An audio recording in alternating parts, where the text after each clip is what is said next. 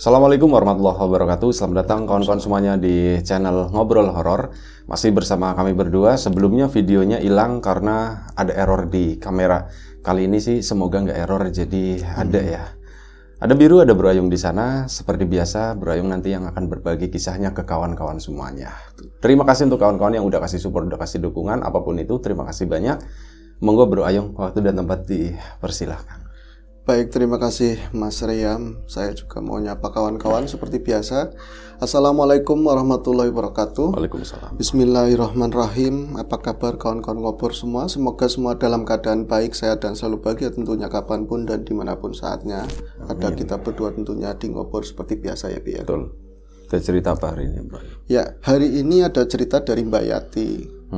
Nah, cerita ini berarti kejadiannya ya sekitar jeda antara pertemuan pertama dengan sesuatu yang aneh yang dialami Mbak Yati itu mungkin sekitar semingguan, Mas Biru. Jadi waktu itu bertepatan besoknya itu mau ada pencoblosan pemilihan kemarin itu loh.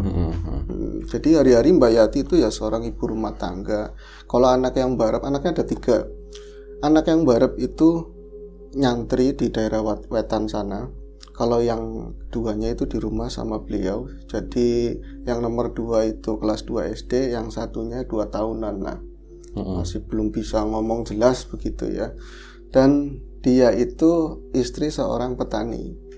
Jadi kalau cerita sama saya nggak ikut-ikutan kayak ibu sosialita yang lain rumangsa Mas. Wong saya suaminya cuman buruh tani.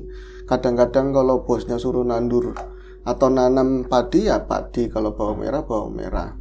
Cuman ya kayak gitu. Ada hari-hari kebiasaan di mana saya itu tiap hari itu pasti ke sawah, wong saya wong tani.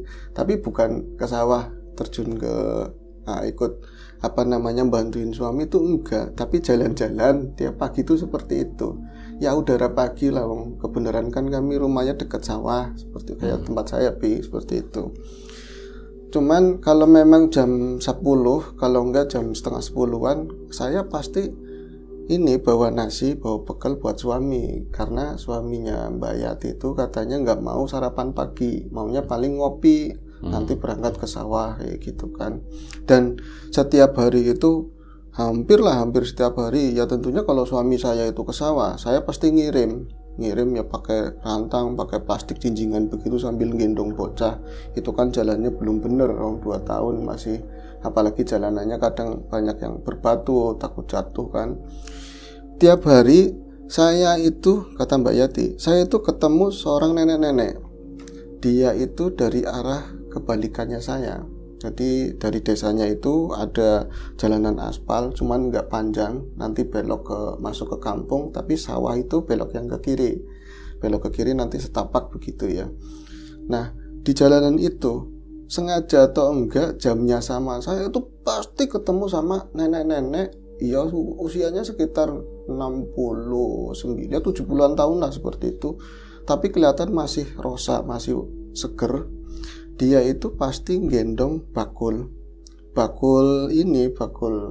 dari bambu yang agak besar itu di belakang, terus digendong pakai bengkung di sini dikit gitu ya, kayak orang habis pulang jualan. Ya 1-2 kali saya palingnya nyapa, orangnya juga ramah. Kadang-kadang nyapa, Mbak, Arab ngirim, katanya seperti itu. Mau ngirim suami. Nggih Mbak, kadang-kadang dia baik itu saya diberhentiin kalau pas lagi ngelamun, banyak pikiran, terus papasan udah deket banget, itu malahan yang ngadang, aja ngelamun, katanya seperti itu. Nanti di bakul itu dia diturunin, cuman kayak digeser begini ya. Ada kerupuk ya, dikasih kerupuk anak saya. Kadang-kadang gemblong, itu kayak jenang-jenang semacam itulah. Dia gelem, kata ini mau. Anak saya kan jujur, dia kan makanannya orang anak-anak sekarang kan ya bangsanya sosis. Mah, orang enak katanya begitu, jujur ngomongnya. Iya, orang enak, orang doyan. Kalau kerupuk mau, dipaksa-paksa sama saya nggak enak sih. Balang nakali bae. Makasih enak gitu. Cakaya balang nakali bae. Ya paling sering ada yang begitu, malu-maluin orang tua itu orangnya baik banget Mas. Akhirnya ya saya penasaran nanya-nanya ke tetangga. Katanya rombongannya dia itu dulu itu banyak. Dia itu kayak generasi terakhir yang jualan itu ke desa belakang desa saya, berapa desa itu. Jadi lewat situ itu termasuk jalan pintas. Kalau yang baru-baru mungkin yang jualan di desanya dia ke pasar itu udah melalui jalan besar pakai sepeda motor. Ini dia masih jalan kaki lewat sini, tinggal satu orang itu. Jadi mungkin tetangganya atau pendahulunya udah pada meninggal semua. Nah, suatu ketika Mbak Yati itu, nah saya ngomong saya aja, saya Mbak Yati wis lah ya. Itu Mas, ada panen dan waktu itu suami lagi nggarap bawang merah. Jadi di sawah itu yang kuli-kuli yang bedol atau nyabutin bawang itu kan mungkin untuk bawang-bawang itu seprapat ada 15 orang ibu-ibu, sama yang kuli songgol yang bawa-bawa itu ada 3 orang. Jadi saya itu dari subuh udah persiapan macam-macam lah, bikin nasi itu yang buat ngirim ke sawah. Dan itu saya biasa dibantu oleh tetangga, namanya ya Bi Atun lah ya. Itu udah tua juga, dia sendirian hidupnya. Itu sering bantu-bantu saya itu bikin nasi itu yang namanya kojong. Kalau di tempat saya namanya kojong. Paling ya isinya tempe sama janganan lah, seperti itu. Nanti dikirim ke sawah. Terus giliran saya selesai itu sekitar jam 8 mau jam 9an saya mau ngirim ke sawah. Saya bingung kan mau bawanya gimana, wong kendaraan juga saya itu dipakai suami, ya ada motor metik dibawa pakai ke sawah. Saya kan biasanya jalan, tapi kalau bawa segini banyak belum gendong bocah ditinggal nggak bakalan mau kan. Akhirnya kok itu biatunya ke belakang ke rumah itu dibawain bakul yang serupa sama nenek-nenek itu yang biasa ketemu. Saya, wakulnya kembar sama siapa? Sama nenek-nenek yang saya biasa ketemu kalau ke sawah. Ya saya dari dulu ini warisan, itu ada tulisan Atun, cat biru kayak gitu kan, biar nggak keseliru dulu kan seperti itu. Ini cara makainya gimana? Yakin terus terang saya awam banget Mas, masalah gendong-gendong bakul kayak gitu diajarin, jadi pakai bengkong ditaliin di sini, seret begitu kan. Tapi itu ini punya siapa? Punya Atun. Atun itu siapa? Atun, tetangga belakang yang tadi bantu-bantuin. Akhirnya itu nasi yang udah jadi itu ditoro-toroin di bakul itu, bakul aja udah lumayan. Di sini kan bagian bawahnya kotak sih, agak di pinggang itu rada nyet gitu kan, ada sakit lah ya. Ditambahin beban berapa nasi bungkus, ya saya bikin 15, saya lebihin wis 18, lumayan antep kan, lumayan berat. Terus berupa caretnya nanti saya tenteng tangan kanan. 15 bungkus itu buat siapa ya? Buat kuli bedol. Kuli yang di sawah kan lagi panen. Iya. Kalau satu kan buat suami hari-hari begitu kan. Jadi itu hari panen. Ini anak untung saya kan badannya gede tinggi turunan wis lah ya. Jadi kalau anak beratnya sekitar 7 kiloan ya masih enteng lah di tangan kiri. Kalau sawah itu paling 200 meter, 150 meter saya masih mampu lah. Itu Biatun katanya, "Nek tak bantuin." Saya bantuin, "Enggak usah, udah biarin saya aja."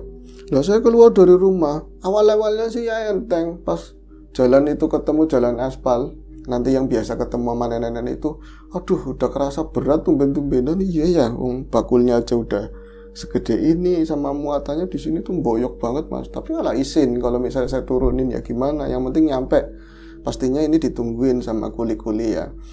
Nah, saya keluar dari desa, dari kejauhan saya lihat itu kan jalanan itu dulu banyak orang yang ngarit, nyari rumput, nyangin rumput pinggir-pinggir jalan itu. Mungkin sekarang orangnya udah nggak megang kambing atau apa ya. Jadi rumput-rumput ilalang itu tinggi kiri kanan jalan. Jalan itu juga lebarnya paling 2 meter. Saya lihat dari kejauhan ada semacam kain atau terpal yang lumbruk itu di atas aspal.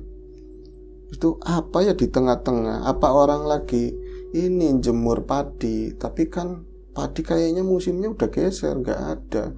Semakin saya jalan semakin dekat, dengan berat begitu semakin jelas ternyata itu, ya Allah, nyai-nyai yang biasa ketemu itu di posisinya lagi jatuh, dikangkang begitu loh. Dan masih ada ini bakulnya masih ada. Saya langsung bergegas, lah kayak dapat kekuatan tambahan, lari gimana setengah lari. Di sini harus hancur apa orang ngerti, nggak tahu namanya pakai daun pisang ya. Yang penting saya harus nulungin nenek itu. Itu pas deket aja dia udah ya Allah. Dia cuma bisa seperti itu. Jadi kayak kakinya sebelah itu ketekuk ke belakang, keinjak sendiri. Bakulnya jomplang ke belakang dan itu dekatnya kali. Kalau misalnya geser sedikit lagi dia bisa bleng jatuh ke kali kecil kan. Saya langsung bocah tak turunin pas udah dekat. Ya Allah Nyi, kenapa Nyi? Kenapa Nyi? Ya Mbo, aku keliengan. Keliengan apa namanya? Kayak orang mau pingsan. Kunang-kunang. Kunang-kunang lemas. Itu ternyata biasanya kalau misalnya saya ketemu sama nenek tersebut, dia itu bakulnya kosong. Paling di dalamnya itu isinya paling tempe seiris, sayur yang bakal dijadiin sayur kayak buat lauk dia gitu kan. Tapi dagangannya udah nggak ada. Itu dagangan masih penuh. Ternyata isinya itu singkong. Ya kan berat banget ya. Singkong itu full. Bahkan kayak diikat-ikat di atasnya itu nggak ada yang jatuh. Kayak ditatain rapat begitu kan. Sampean dagangannya singkong. Itu saya kenalan udah ditolongin jenengan namanya sinten sih. Itu dia udah makasih saya dilus-lus. Malah saya bener di dalam bakul itu pada hancur lah. Nasinya pada hancur. Nah karena saya lama di situ nulungin nenek itu ya supaya dia agak mendingan. Saya ini nggak bisa, ini orang ini harus dibawa pulang ke rumah saya. Itu anaknya kemana? Anaknya ada di situ. Karena nyemplung kali gitu. Iya ya bisa jadi ya. Nggak diceritain soalnya. Nggak diceritain. Nggak diceritain. Iya juga. Lain kali harus ditanyain Cipi. Sampai mana tadi ya. Akhirnya nulungin itu. Lah itu yang dari sawah mungkin saya lama di situ. Ada yang jemput saya. Mungkin kelamaan nggak ada yang ngirim. Itu bibi-bibi yang rewel banget wis tempat saya. Dentene ini kan wis pada ngelih, wis udah pada lapar malah ngobrol di sini sama nenek-nenek. Orang nggak tahu orang ini lagi kecelakaan dia jatuh. Malah dia kan jadi ya wis ini bakulnya saya bawa. Akhirnya saya nulungin nenek-nenek itu, saya bawa pulang ke rumah Mas. Nah saya ngomong sama tetangga, akhirnya diantarlah sama si tetangga itu pulang ke rumah. Itu nenek tersebut malah bakul sama apa namanya ketelannya itu masih ada di rumah saya, ketinggalan. Iya, dan belum ada yang ngambil lah sampai siang. Saya itu kan langsung ke sawah, jadi mastiin ternyata ya benar banyak bungkusan yang pada ambrol karena saya juga asal jatuhin ini kan apa namanya bakul tadi. Terus saya ngomong sama suami tadi nulungin begini. Ya wis suami juga nggak apa-apa. Saya bantuin itu sampai 2:30 sore. Selesai lah. Hari itu emang nggak ada apa-apa. Tapi kenapa nenek-nenek itu bawa singkong dibawa pulang semuanya? Karena pasar itu katanya libur, mau pencoblosan. Hari itu libur. Sepi. Memang diliburkan kayak ada teralisnya gitu digembok gitu katanya. Cuman saya kan nggak tahu rumahnya di mana, tapi konon katanya tetangga-tetangga itu beberapa desa dari kampung saya pengen jenguk, tapi ya wis lah urusannya masing-masing. Yang penting saya udah nulungin begitu. Yang penting moga-moga dia sehat. Selama seminggu saya itu wira-wiri ke sawah, nggak ketemu sama nenek-nenek tersebut. Apakah dia akhirnya meriang atau gimana? Saya nggak ngerti kan Mas. Dan kebetulan acara panen selesai dan hasilnya lumayan bagus. Untuk harga bawang merahnya nggak sampai dibawa ke rumah, udah ada bakul yang beli begitu kan, tengkulak yang beli. Akhirnya saya itu ada acara di kampung saya. Loh, jenengan bukan orang situ? Bukan, saya orang Tonjong katanya. Tonjong deh, Tegal apa Brebes ya? Ya sinilah kidul, daerah kidul. Dan aslinya perempuan itu yang asli orang situ tuh suaminya. Nah saya itu Mas mau ada acara, jadi ponakan saya itu mau nikah, namanya Saroh. Dia itu sudah yatim piatu, sementara keluarga kami bukan keluarga gede.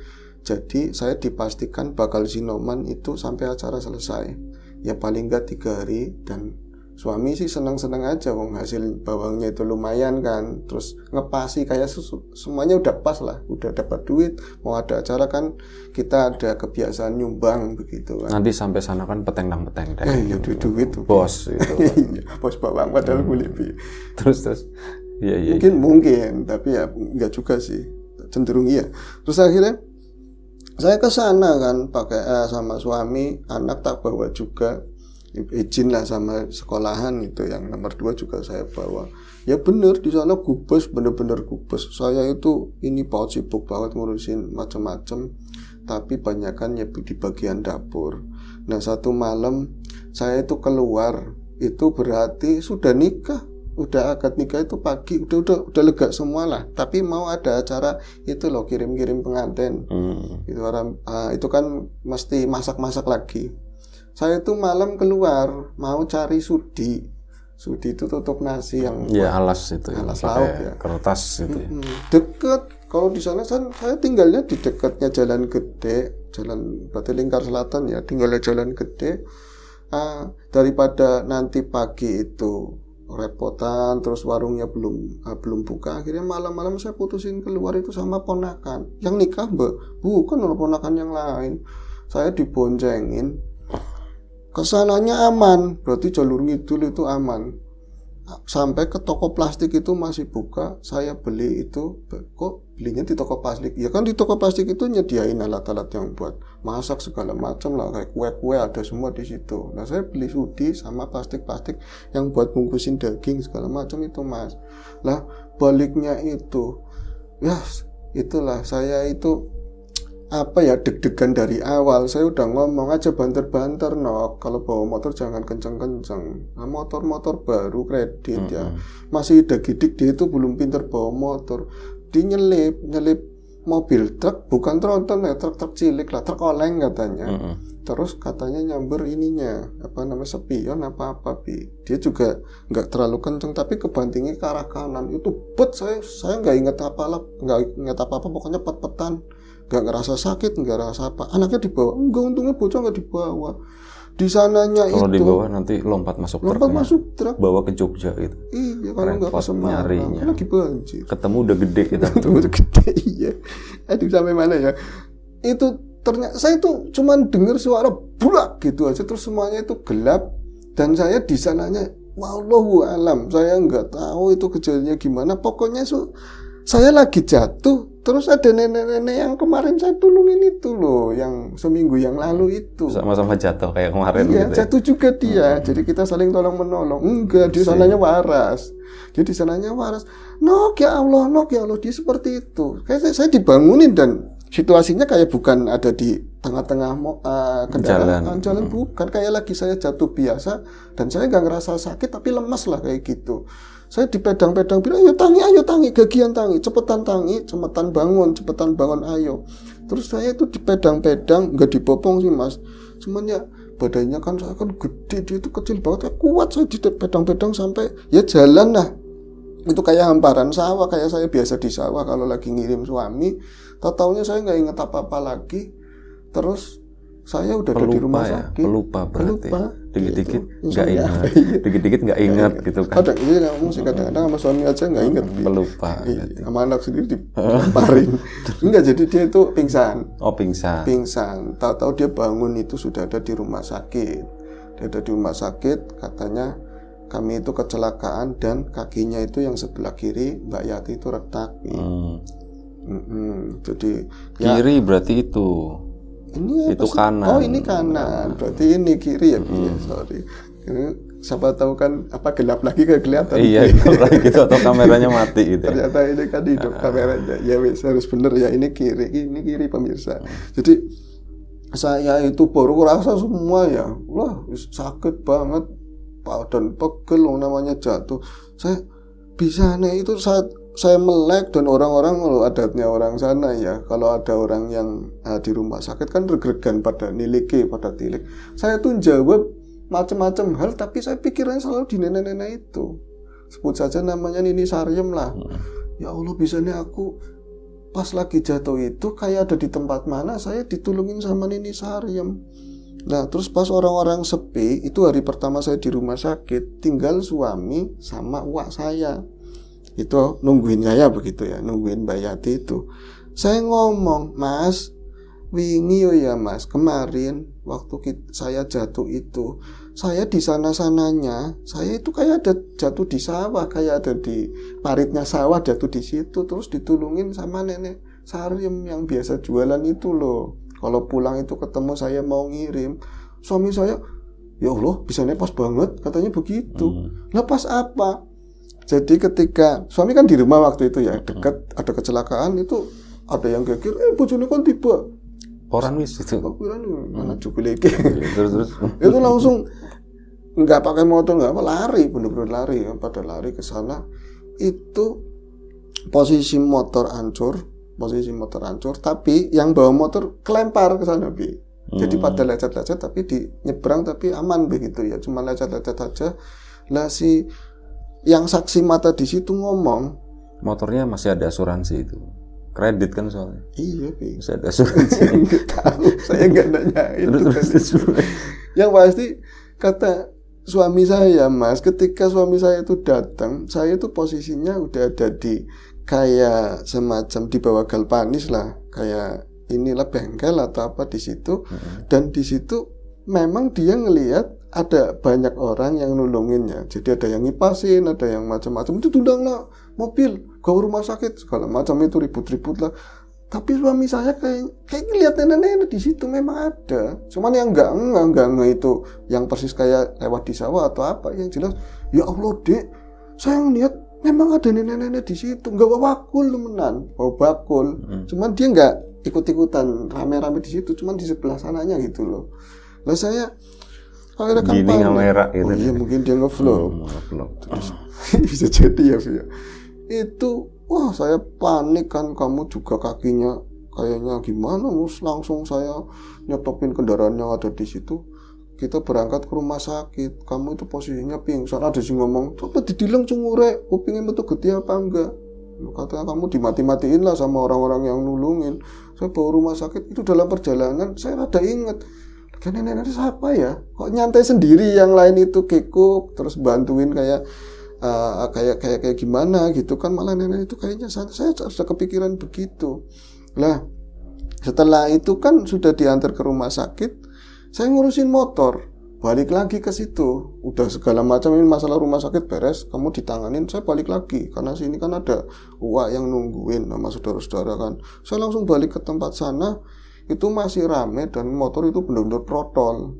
Nah itu ada ibu-ibu yang persis lagi itu kan masih sore. Oh ini suaminya berarti? Iya, itu sore masih ada 7:30 lah.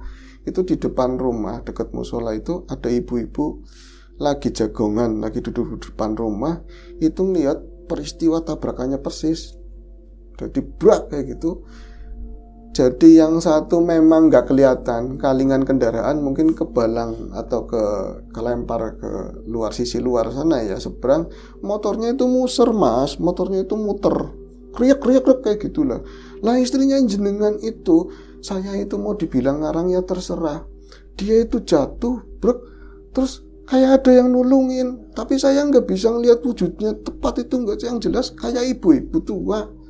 Kayak ibu tua, tapi gak bawa bakul, katanya bawa bakul, repot lah, orang nulungi tapi repot sih, jenengan gue ikut nulungin, saya wedi, takut dong masih begini kan, posisinya itu cepet banget. Dan ketika nulungin itu dia, istrimu kayak dipindahin begitu saja loh, dari tempat dia itu jatuh langsung set, tahu ada di bengkel itu, yakin yang bawa itu bukan orang-orang loh. Saya gak percaya suami saya, tapi pas saya cerita saya ditulungin lagi jatuh itu begini-begini, suami saya, ya Allah, apa gara-gara kau nulungi, apa jangan-jangan karena kamu itu nulungin waktu di sana begitu ya. Jadi yang lihat saksi mata itu kayak istrinya itu seolah-olah kayak dipindah set gitu loh di jalur yang ini, yang kanan, berarti kan di bawah tadi galvanis di depan bengkel. Lalu saya dengerin cerita suami jadi nangis, ya Allah, nyisarnya alhamdulillah saya ditulungin sama jenengan. Pokoknya kalau ini acara udah selesai, saya udah baikan, saya mau nyari ke kampungnya jenengan. Terus saya mau silaturahmi, tak anggap orang tua bener-bener. Kalau masalah saya nulungin mah udah haknya orang ya, udah tolong menolong, tapi sampean itu udah nyelamatin saya. Kalau enggak saya kelindas lah, aduh anak saya masih kecil-kecil begitu kan. Nah itu perawatan hampir, karena di sana rumah kampungnya sendiri, suami ya kan balik yang ke sini itu hampir sebulan persis. Akhirnya nggak di rumah sakit lah, di alternatif agar lebih cepat katanya. Itu bisa pulih, pulang itu belum baikan. Saya minta ngeringik lah sama suami supaya diantar ke kampungnya Ngisariem. Itu kan dapat dari tetangga-tetangga katanya Ngisariem itu kampung Gumilar katanya. Kampung Gumilar ya wis. Karena saya nanya-nanya, saya diboncengin. Ya pasti pakai tetekan saya itu. Nah terus nanya ke tetangga, katanya di blok itu gitu kan, udah masuk gang, ada gang yang gambarnya Monas begitu kan. Pas udah masuk ke sana saya nanya sama ibu-ibu, itu ada warung sayur. Saya bilang, "Bu, ngapunten, jenengan tepang kali Ngisariem, griyane teng pundi, rumahnya itu di mana?" Mereka itu, oke Mbak gitu. Dia nunjuk itu nggak jauh dari tempat itu, dan mereka nggak ada yang nanyain sampean itu nyari mau apanya siapanya, cuma ngasih unjuk tok, mungkin dipikir saudara atau apa. Saya mertamu ke sana, sepi banget, rumah itu sepi banget dan sumbung, ternyata rumah itu sumbung. Terus ada yang nanyain bahwa bapak itu telanjang baju, bawa gobang, kayak habis negor bambu lah. Di situ kan masih banyak kebun. Mbak, madosi sinten, nyari siapa? Pak, saya mau mertamu ke Nyi Sariem, ngomong begitu. Nyi Sariem tahu Wislaka, katanya begitu. Wislaka gimana maksudnya? Dia udah meninggal. Kapan katanya? Ya, kalau hitungan sekarang hampir mau sebulan katanya begitu. Sejeget tiba bi setelah jatuh, itu katanya lagi pulang itu jatuh di sawah. Itu malah ada yang bawa ke sini, bawa bapak itu langsung brek meriang terus meninggal katanya. Saya langsung lemes dedes mas di situ. Ya Allah pak, nangis di situ nggak izin lah, saya nggak malu, saya nangis di situ. Suami saya itu yang badannya gede, setara kirang aja ikut-ikutan nangis katanya, bantuin saya. Ya Allah bu, sing nulungi berarti siapa? Yang nulungin siapa katanya. Tapi saya nggak ceritain sama bapak-bapak itu. Akhirnya saya sowan lah ke keluarganya dia. Itu saya ceritain semuanya. Ya ikut-ikutan pada nangis, katanya emang dia orang baik. Dan sampai sekarang, kemarin itu udah dilarang jualan sama anak-anaknya, udah tua tapi ngeyel, katanya selama saya masih bisa nafkah sendiri, saya harus berjuang buat hidup, katanya begitu, nggak mau ngerepotin anak-anak. Itu ceritanya segitu aja sih, tapi orang baik itu. Iya. Coba si Mbak Wati tadi nggak nolongin Nyi Sariem. Gimana? Kalau misal nggak nolongin, iya. nanti Mbak Wati nggak kecelakaan. Iya. Karena nggak ditolongin lagi soalnya gitu. Udah itu aja segitu aja. Nggak pemikiran terbalik, benar. Bisa. Gitu aja. Terima kasih Bu Rayung, terima kasih Mbak Wati atas cerita yang dahsyat ini gitu ya. Ambil yang positif, yang negatif kita buang jauh-jauh. Baik, terima kasih kawan-kawan semuanya. Semoga tetap terhibur dengan cerita-cerita di Ngobrol Horor ini. Sekali lagi terima kasih banyak. Mohon maaf sebesar-besarnya. Jaga kesehatan kawan-kawan semuanya. Selamat menunaikan ibadah puasa bagi kawan-kawan yang menjalankan. Assalamualaikum warahmatullahi wabarakatuh.